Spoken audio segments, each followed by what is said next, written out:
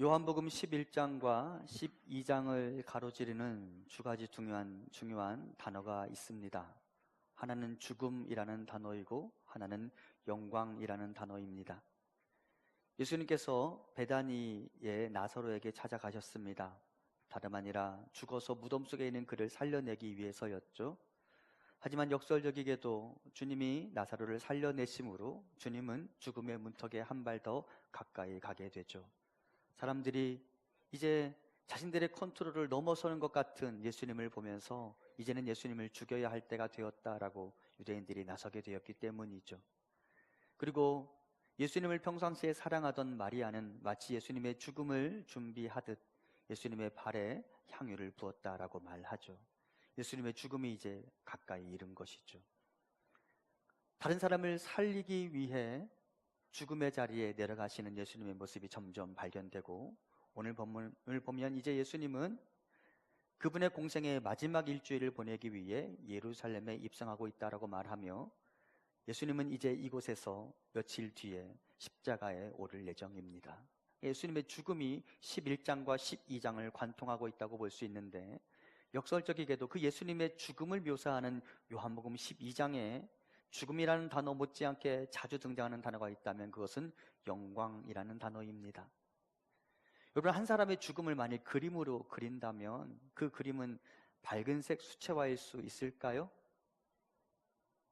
한 사람의 죽음을 묘사한다면 대부분 어둡고 캄캄한 색으로 그릴 수밖에 없겠죠. 그런데 요한복음 12장을 보면 예수님의 죽음에 대해서 점점 더 선명한 그림을 그려가고 있으면서도 그 그림은 밝은 색으로 묘사됩니다. 영광이라는 단어와 함께 그려지죠. 영광이라는 단어 생각하면 여러분 어떤 이미지가 떠오릅니까? 많은 사람들의 박수 소리, 환호성, 갈채, 칭찬, 그런 것들이 떠오르겠죠. 한 사람의 죽음을 어떻게 영광이라는 단어와 매칭시킬 수 있을까? 한 사람의 죽음을 어떻게 그렇게 밝게 그릴 수 있을까라는 의문이 들 만큼 요한복음 12장은 죽음이라는 단어 못지않게 영광을 강조합니다. 특히 예수님의 죽음을 예고하는 오늘 본문 24절 말씀을 23절 말씀과 함께 봉독해 보도록 하겠습니다. 같이 봅니다. 시작. 예수께서 대답하여 이르시되 인자가 영광을 얻을 때가 왔도다. 내가 진실로 진실로 너희에게 이르노니 한 알의 밀이 땅에 떨어져 죽지 아니하면 한 알 그대로 있고 죽으면 많은 열매를 맺느니라. 아멘. 전통적으로 24절은 많은 사람들을 살리기 위해 자기 자신을 희생시킨 예수님의 십자가 사건과 죽음을 묘사하는 구절로 알려져 있는데, 그 24절을 묘사하면서 예수님이 스스로 뭐라고 말씀하시냐면 이제 내가 영광을 얻을 때가 왔다라고 말씀하시죠. 죽음과 영광을 연결시켜 설명하시는 예수님의 말씀을 보게 됩니다. 어떻게 보면 모순처럼 여겨지죠. 어떻게 두 단어를 연결시킬 수 있을까라는 그런 생각이 들기도 합니다. 오늘 우리는 이 모순 아닌 모순을 살펴보면서 예수 그리스도께서 걸어가셨던 영광의 길, 그 뒤를 뒤따라가 보도록 하겠습니다. 먼저 성경이 영광을 뭐라고 묘사하는지를 좀 살펴볼 필요가 있습니다. 성경에서 영광이라는 단어는 사전적으로 무거움이라는 단어에서 시작합니다. 그래서 하나님께서 어떤 사람에게 영광을 부여하신다는 것은 그 사람의 믿음의 무게를 인정하신다라는 말로도 해석이 가능한 것이죠. 그리고 하나님께서 어떤 사람의 믿음의 무게를 측량하시고 내가 영광을 주겠다라고 말씀하신다는 것은 하나님은 사람의 믿음의 무게를 측량하신다라는 말로도 이해가 가능합니다. 하나님이 사람의 믿음의 무게를 달아보시는 분이세요. 그리고 하나님의 기준에 부합하면 그에게 영광을 선물하시고 그 기준에 미치지 못하는 자들에게는 영광을 선물하시지 않는다라고 말할 수 있죠. 하나님께서 사람의 믿음의 무게를 측량하시는 대표적인 성경의 본문이 있다면 바로 다니엘서에 등장하는 벨사살과 관련된 본문입니다. 제가 다니엘서 5장 1절부터 5절까지를 봉독해 보겠습니다.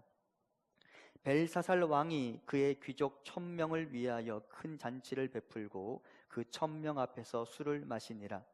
벨사살이 술을 마실 때에 명하여 그의 부친 느부갓네살이 예루살렘 성전에서 탈취하여 온 금 은그릇을 가져오라고 명하였으니 이는 왕과 귀족들과 왕후들과 후궁들이 다 그것으로 마시려 함이었더라. 이에 예루살렘 하나님의 전 성소 중에서 탈취하여 온 금그릇을 가져오매 왕이 그 귀족들과 왕후들과 후궁들과 더불어 그것으로 마시더라. 그들이 술을 마시고는 그 금, 은, 구리, 쇠, 나무, 돌로 만든 신들을 찬양하니라. 그때 사람의 손가락에 나타나서 왕궁 촛대 맞은편 석회벽에 글자를 쓰는데 왕이 그 글자 쓰는 손가락을 본지라. 그리고 벨사살이 두려워졌어요. 갑자기 손가락에 나타나서 벽에 글씨를 썼으니까. 여러분 생각해 보세요. 얘만 툭 떨어져서 얘가 갑자기 나타나서 벽에다가 글씨를 쓴다고 생각해 보세요. 얼마나 깜짝 놀랐겠어요. 그리고 벨사살이 그 문구가 과연 무엇을 의미하는지 찾아보다가 다니엘을 부르게 되고 다니엘이 그 문구의 의미를 해석해 줍니다. 다니엘 5장 25절 이하입니다. 기록된 글자는 이것이니 곧 메네 메네 데겔 우 바르시니라. 그 글을 해석하건대 메네는 하나님이 이미 왕의 나라의 시대를 세어서 그것을 끝나게 하셨다 함이요, 데겔은 왕을 저울에 달아보니 부족함이 보였다 함이요, 베레스는 왕의 나라가 나뉘어서 메대와 바사 사람에게 준 바 되었다 함이니라 하니. 이 다니엘서 5장 말씀을 조금 요약하면 이런 거예요. 예루살렘을 점령하고 예루살렘 성전의 기구들로 축제를 벌이고 있는 벨사살을 향하여 하나님께서 메시지를 전달하셨습니다. 벨사살이 예루살렘 성전의 기구를 가져다가 술을 부어 마시며 축제를 벌였다라는 말은 이스라엘의 하나님을 모욕하는 행동이었어요. 그리고 하나님은 그런 벨사살에 대해서 저울질해 보셨습니다. 그러면서 벨사살이 하나님의 기준에 미치지 못한다라고 판단하셨던 하나님은 손가락으로 벽에 글씨를 쓰셨죠. 그 글귀는 메네 메네 데겔 우 바르신이었습니다. 여기서 메네라는 말은 셈하다라는 말이고 데겔이라는 말은 무게를 달다라는 말이며 바르신이라는 말은 나누다라는 말입니다. 하나님은 벨사살에 대하여 무게를 달아 보시고 셈해 보셨습니다. 그리고 그가 하나님의 기준에 미치지 못하자 그의 나라를 두 동강 내겠다라고 말씀하셨고, 실제 바벨론이라는 당대 최강의 제국은 이후에 메대와 바사라는 두 나라로 나뉘어지게 됩니다. 하나님은 사람의 믿음의 무게를 측량하신다라고 이 본문이 우리에게 말해주고 있습니다. 그런데 요한복음 12장을 보면 그 하나님께서 아들 예수님의 믿음의 무게를 측량해 보셨고, 그 아들 예수님의 믿음이 하나님의 기준에 부합할 만큼 무겁다라는 결론이 난 다음 하나님은 아들에게 영광을 선물하셨습니다. 그리고 그 하나님께서는 그 예수 그리스도를 믿고 따르는 사람들에게도 그 믿음의 무거움이 인증된다면 내가 너희에게도 영광을 주겠다라고 말씀하시는 분이십니다. 오늘 본문 26절 같이 봉독해 보겠습니다. 사람이 나를 섬기려면 나를 따르라. 나 있는 곳에 나를 섬기는 자도 거기 있으리니 사람이 나를 섬기면 내 아버지께서 그를 귀히 여기시리라. 아멘.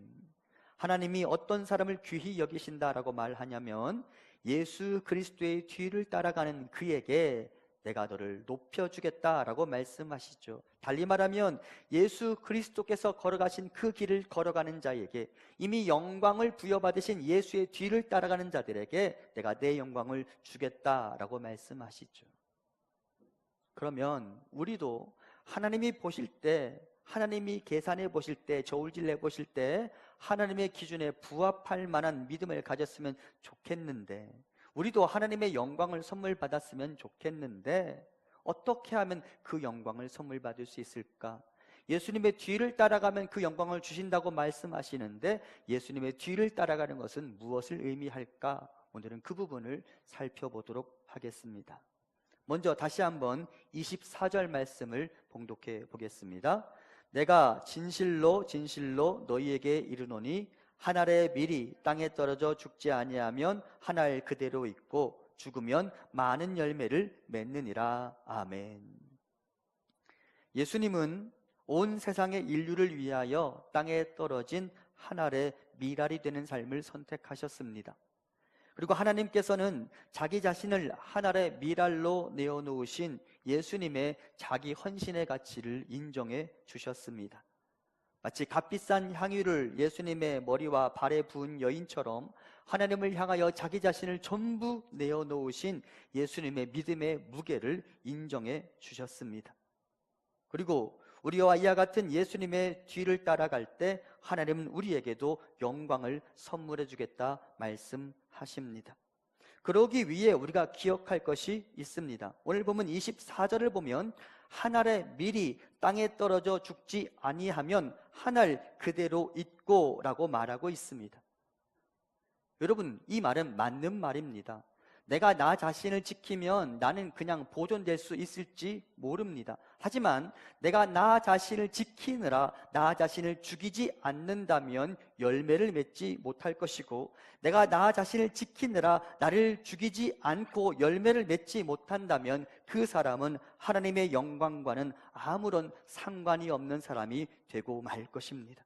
그러므로 우리가 만일 영광의 열매를 거두기를 원한다면 24절에 주님이 걸어가셨던 그 길처럼 나도 땅에 떨어진 한 알의 밀알 되는 삶을 선택해야 하는 것이죠. 여러분, 열매가 왜 중요한지 아세요? 에덴 동산의 아담과 하와의 주된 먹을거리, 첫 번째 먹을거리가 뭐였을까요? 고기였을까요? 창세기 1장 29절입니다. 하나님이 이르시되 내가 온 지면에 씨 맺는 모든 채소와 씨 가진 열매 맺는 모든 나무를 너희에게 주노니 너희의 먹을거리가 되리라. 그럼 아담과 하와는 육식주의자였어요? 채식주의자였어요? 채식주의자였어요.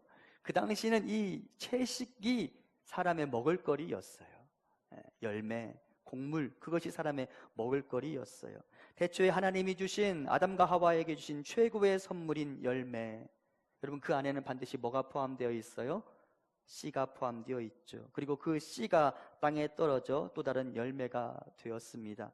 천지 창조 이후에 모든 열매는 이 과정을 거쳐서 인간에게 선물로 주어졌습니다. 애초에 열매가 있었고 땅에 떨어진 씨가 있고 또다시 그 씨가 열매를 맺는 과정을 거쳐서 사람은 에덴 동산에서 살아갈 수 있었죠. 땅에 떨어진 씨는 사실은 자기 자신을 지킬 수 없었습니다.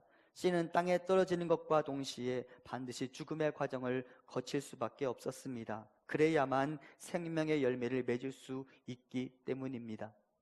씨앗은 다시 살기 위해, 즉 열매 속에 또 다른 씨가 되기 위해 반드시 죽는 과정을 거쳐야만 했습니다. 씨앗이 죽는다는 것은 씨앗의 껍질이 벗겨지는 것을 의미합니다. 씨앗의 생명은 씨 눈에 보존되어 있는데 씨앗의 껍질이 벗겨져야만 그 씨 눈이 바깥으로 드러나고 그 씨 눈의 생명이 땅에서 움직이게 됩니다. 바로 그 씨의 껍질이 벗겨지는 과정을 성경은 누군가가 죽는 과정으로 묘사하고 있고, 씨앗의 껍질이 벗겨지고 씨 눈 안에 있는 생명력이 약동하기 시작할 때 그 씨는 많게는 자기 힘의 20만 배가 되는 땅의 대지의 압력을 뚫고서 땅 밖으로 솟아나와 싹을 틔우고 열매를 맺게 되어 있습니다. 죽어야 생명이 잉태될 수 있는 법입니다.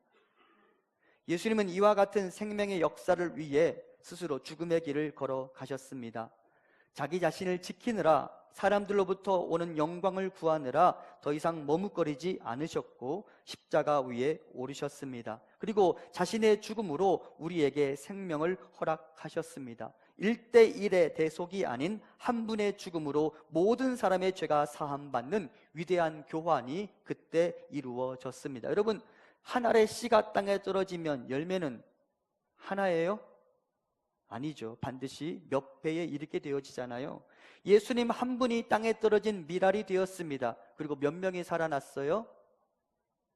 예수 그리스도를 믿는 모든 사람들이 살아났죠. 그렇죠? 그래서 로마서는 이렇게 이야기합니다. 우리 함께 로마서 5장 15절 같이 봉독합니다.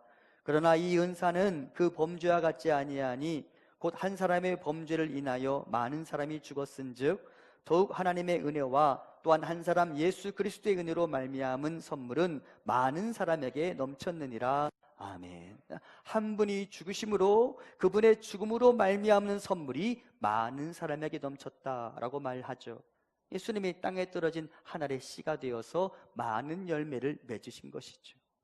그리고 그 한 알의 밀알의 삶을 선택하신 주님이 우리에게 이제 이렇게 말씀하십니다. 고린도 후서 5장 14절 이하 같이 봉독합니다.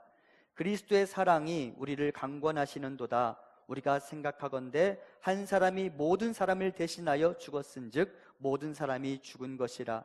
그가 모든 사람을 대신하여 죽으심은 살아있는 자들로 하여금 다시는 그들 자신을 위하여 살지 않고 오직 그들을 대신하여 죽었다가 다시 살아나신 이를 위하여 살게 하려 함이라. 아멘.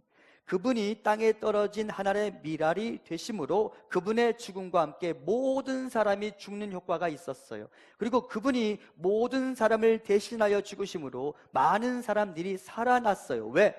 왜 그분이 그런 일을 하셨다라고 성경은 말하냐면, 그분의 죽음으로 말미암아 다시 생명을 얻게 된 그 사람들이 더 이상 자기 자신을 위하여 살지 않게 하기 위해, 나 한 사람의 생명을 보존하는 그 일을 위해 살지 않게 하기 위해 예수님이 땅에 떨어진 한 알의 밀알이 되셨다라고 이야기합니다.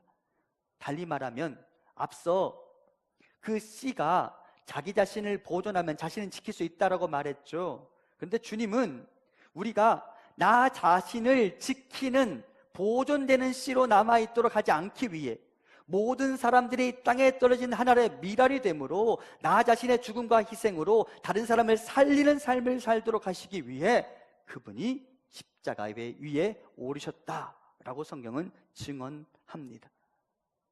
자기 자신을 따르라고 말씀하신 주님은 우리도 주님처럼 자기 자신을 위하여 살아서는 안 된다라고 말씀하시며 대신 자기 자신을 죽이는 길을 걸어야 한다라고 말씀하십니다. 그러면 나의 삶을 통해 누군가가 살아나는 일이 있을 것이라고 말씀하시고 그 일을 통해 하나님은 우리의 믿음의 무게를 인정해 주겠다라고 말씀하십니다. 즉, 내 믿음의 무게는 무엇으로 측량받을 수 있느냐? 나 때문에 살아난 사람의 수, 그것에 따라 내 믿음의 무게는 측량받을 수 있다는 것이죠. 사랑하는 성도 여러분, 그러므로 우리는 누군가를 살리는 삶을 살아가야 하는데 누군가를 살리기 원한다면 내가 죽어야 합니다. 내가 살아남아 있으면서 그 사람을 살릴 수 없습니다. 주님은 내가 살아남아 있는 것은 자랑스러운 일이 아니라고 말씀하십니다. 대신 내가 죽어 많은 사람을 살리는 일이야말로 자랑스럽고 영광스러운 일이라 말씀하십니다. 여러분께 질문해 보겠습니다. 왜 부부싸움이 일어날까요? 왜 부부가 싸우고 나서 화해하기가 그렇게 어려울까요? 남편도 살려고 하고 아내도 살려고 하기 때문이에요. 둘 다 살려고 하는데 어찌 거기에 평화가 있을 수 있겠어요? 둘 다 살려고 하는데 어찌 거기에 화목이 있을 수 있겠어요? 여러분, 누군가가 살기 위해서는 누군가 죽는 사람이 필요한 법이에요. 사랑하는 성도 여러분, 남편을 살리기를 원한다면 누가 죽어야 할까요? 제가 늘 이런 순서로 하나요, 혹시? 죄송합니다. 사랑하는 성도 여러분, 아내를 살리기를 원한다면 누가 죽어야 할까요? 이제야 답이 나오네요. 남편이 죽어야 해요. 반대로, 제가 방금 뭐라고 말했어요? 순서를 바꾸니까 헷갈리잖아요. 반대로 남편을 살리기를 원한다면 아내가 죽어야 해요. 그래야 누군가가 사는 법이에요. 교회도 마찬가지예요. 여러분, 교회 안에서 목사도 살고 장로도 살고 권사도 살고 집사도 살면 교회는 살 수 있어요, 없어요? 살 수 있어요, 없어요? 없어요. 하나님이 살고 하나님의 은혜가 여기 넘치기를 원한다면 목사도 죽고 장로도 죽고 권사도 죽고 집사도 죽고, 성도는 10분 없으면 살아도 돼요? 아니에요. 성도도 죽어야 돼요. 내가 죽어야 그리스도께서 여기서 사시는 거예요. 내 뜻이 여기에서 계속 주장되고 내 주장만 여기 펼쳐진다면 하나님의 뜻이 여기 이루어질 수 있어요? 없어요? 없어요. 하나님의 뜻이 우리 교회 가운데 이루어지기를 원한다면, 하나님이 영광받는 그 일이 일어나기를 원한다면, 하나님의 열매가 맺혀지기를 원한다면 누가 죽어야 돼요? 누가 죽어야 돼요? 답해 보세요. 누가 죽어야 돼요? 오늘 답들 잘하시네. 내가 죽어야죠. 내가 죽어야 돼요. 내가 죽어야 열매 맺는 일이 가능한 거예요. 죽지 않고서는 열매 맺을 수가 없습니다. 사랑하는 성도 여러분, 그러므로 누군가와 대결해서 무조건 이기려고 하지 마세요. 부부싸움 하면 꼭 이겨야 합니까? 이기려 하지 마세요. 져보셔야 돼요. 내가 져야 가정이 화목한 거예요. 내가 져야 가정 안에 평강이 넘치는 거예요. 오늘 유독 웃는 분들이 제법 많으신데 어제 싸우고 오셨는지 모르겠어. 질 수 있어야 돼요. 지는 게 내가 죽는 거예요. 사랑하는 성도 여러분, 이렇게 옆에 분들에게 이야기하세요. 부부싸움에서 지는 역할 해보세요.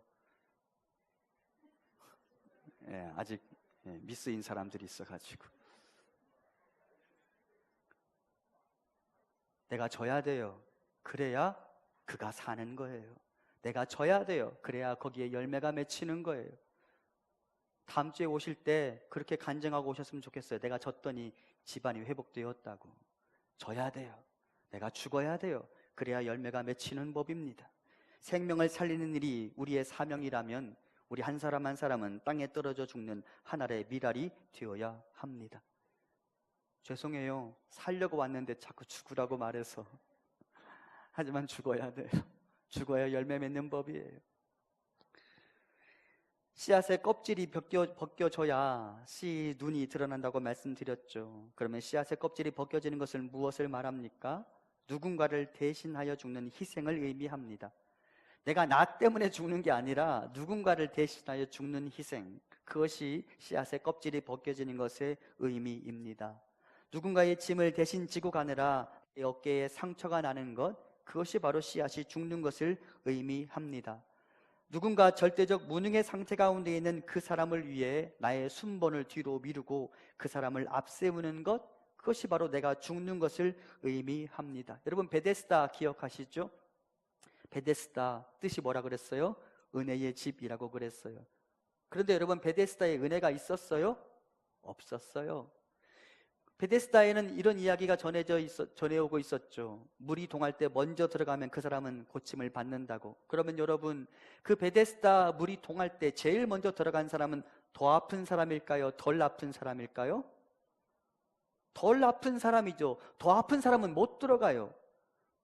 조금 덜 아픈 사람이 뛰어들었겠죠. 베데스다에 은혜가 있었어요? 없었어요? 없었어요. 베데스다가 진짜 베데스다가 돼서 거기에서 은혜가 넘치기를 원한다면 누군가가 내가 먼저 들어갈 수 있는 권리를 포기하고 다른 사람을 먼저 거기에 집어넣었어야 됐어요. 그래야 생명의 열매가 나타나는 법이에요. 내가 죽는다는 것은 그것을 의미해요.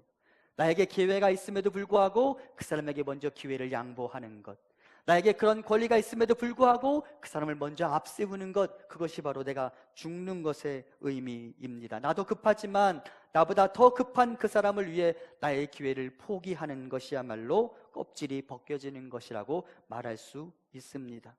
생존 본능을 포함한 자기 자신의 욕망을 부인하고 하나님의 뜻을 더 중요한 결정의 기준으로 생각하고 다른 사람을 살리기 위하여 내 권리를 포기하는 것, 그것이 우리에게 필요합니다.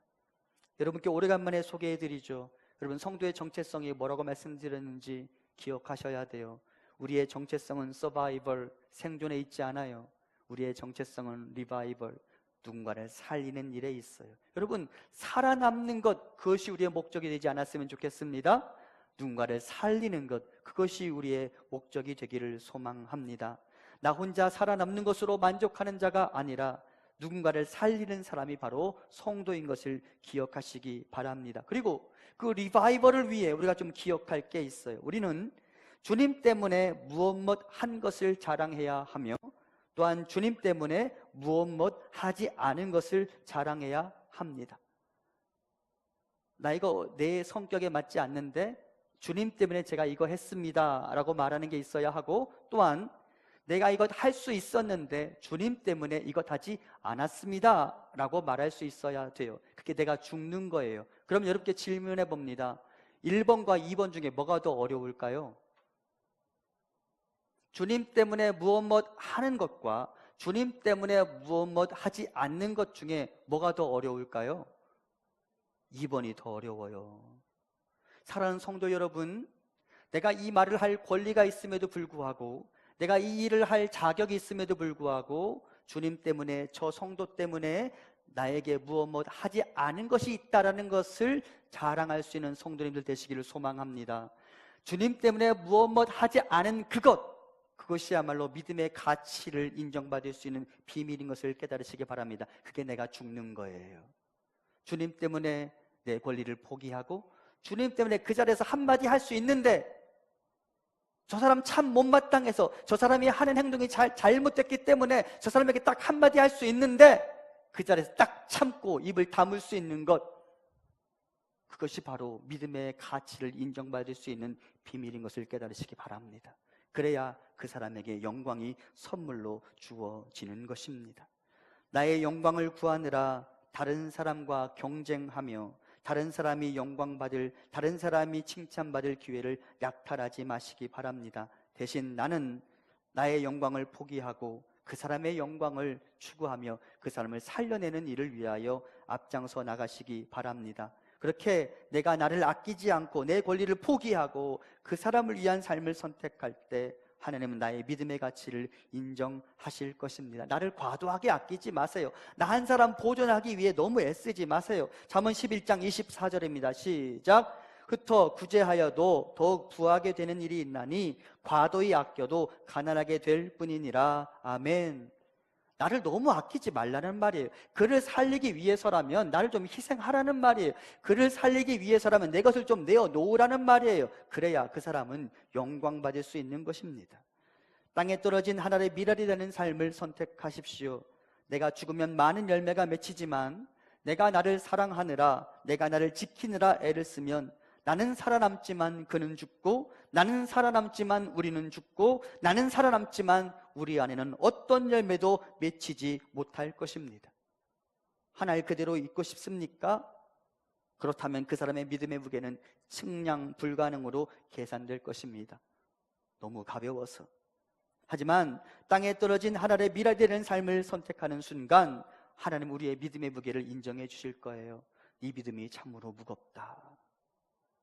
우리 모두가 나 자신을 기꺼이 죽임으로, 다른 사람을 위하여 내 권리를 포기하는 믿음을 가짐으로, 다른 사람을 위하여 나 자신을 희생할 수 있는 믿음을 가짐으로 하나님 아버지로부터 우리 믿음의 무게를 인정받을 수 있는 그런 성도님들 되시기를 소망합니다. 그렇게 사셔야 돼요. 부부싸움 하다가 서로 이기겠다고 이제 하지 마세요. 어떻게 해야 된다고요? 내가 져야 돼요. 내가 죽어야 돼요. 내가 죽음으로 가정의 영광의 열매가 맺히고, 내가 죽음으로 교회 안의 영광의 열매가 맺히는 그 은혜를 우리가 경험하기를 소망합니다. 또한 주님과 같이 땅에 떨어진 하늘의 미랄이 되기 위해서는 다음의 구절을 기억해야 합니다.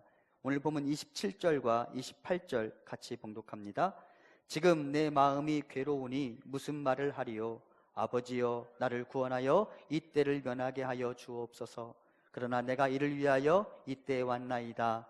아버지여 아버지의 이름을 영광스럽게 하옵소서 하시니 이에 하늘에서 소리가 나서 이르시되 내가 이미 영광스럽게 하였고 또다시 영광스럽게 하리라 하시니. 아멘. 예수님에게 십자가는 결코 쉬운 일이 아니었습니다. 오늘 보면 27절에 보면 예수님은 십자가를 앞에 두시고 이렇게 말씀하시죠. 지금 내 마음이 괴로우니. 여기서 괴롭다라는 말은 누군가가 내 마음을 휘저었다라는 말이에요. 예수님의 마음이 그렇게 불편했어요. 그렇게 괴로웠어요. 그러면서 하나님께 기도했을 거예요. 하나님, 다른 길은 없습니까? 십자가 말고 다른 방법은 없습니까? 그리고 하나님께서는 아들에게 단호하게 말씀하셨죠. 다른 길은 없다. 너의 십자가 외에는 구원의 길은 없다. 나는 아들인 내가 그 길을 가기를 원한다. 그리고 아들 예수님은 아버지에게 이렇게 답하죠. 네, 아버지, 저는 제가 바로 이 일과 이 때를 위하여 왔다는 사실을 잘 압니다.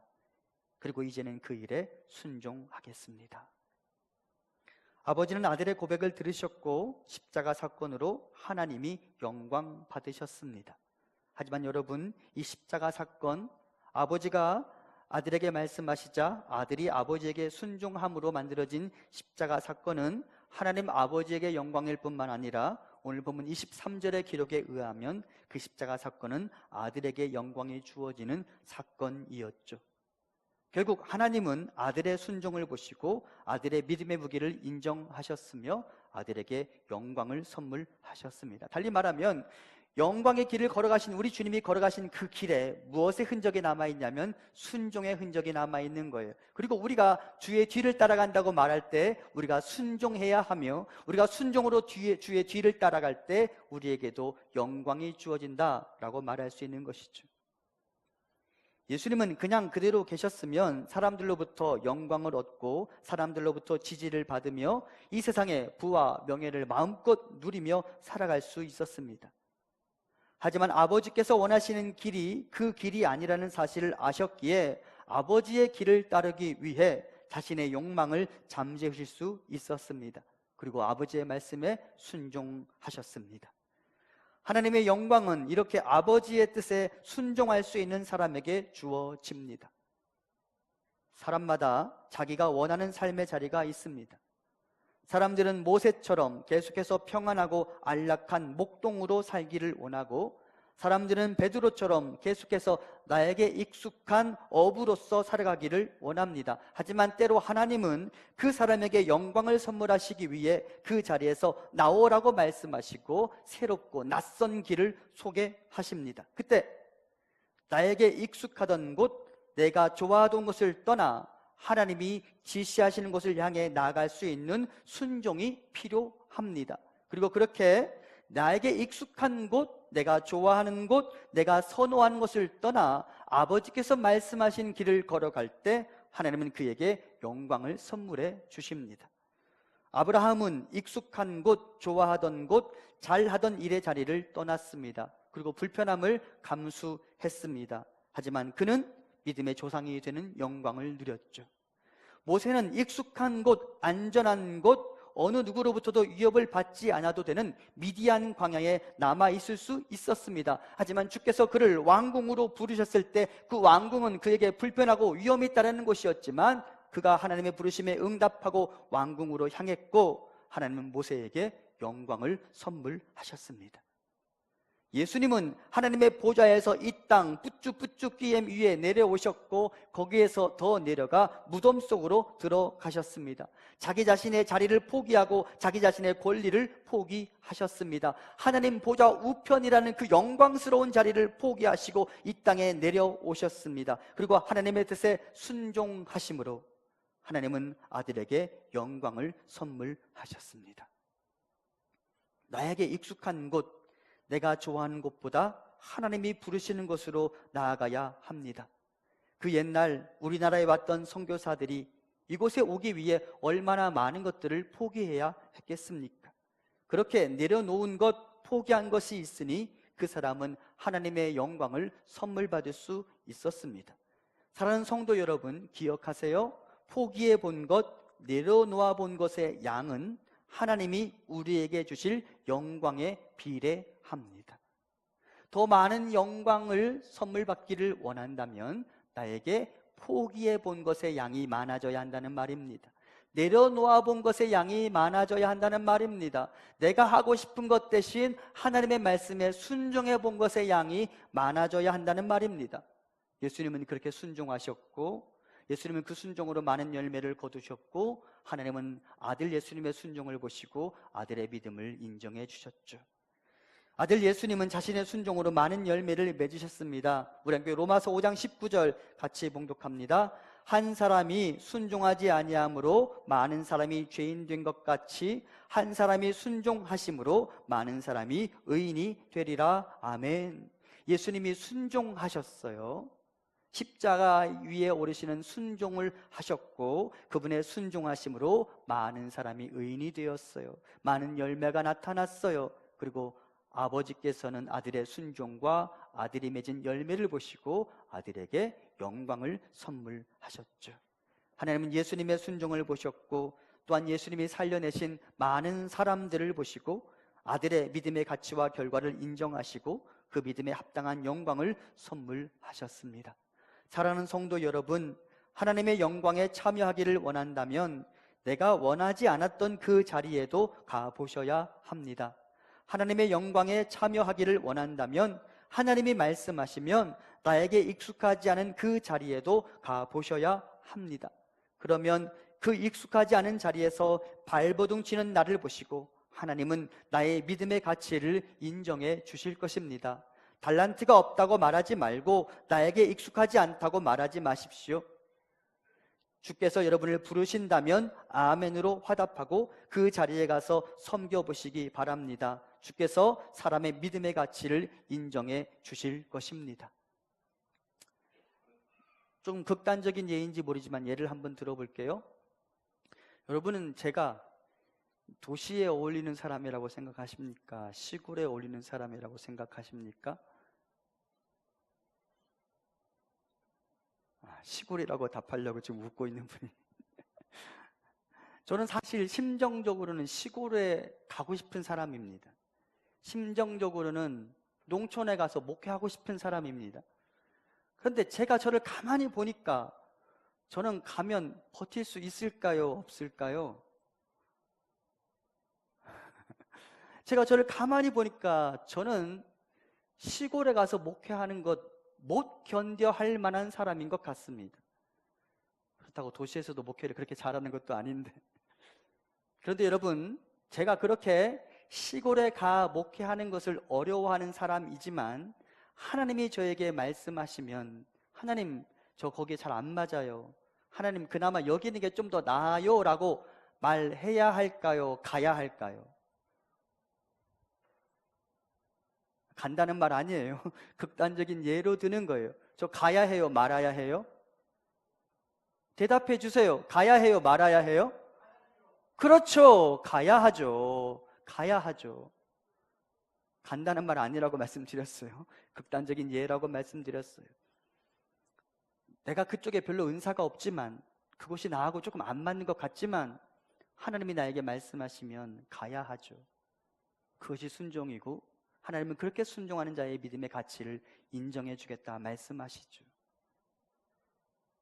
찬양대 하던 사람에게 교사 좀 해주세요 라고 말하면 나 그거 잘 못하는데, 나 평생 찬양대만 해왔는데 다른 사람 없어요?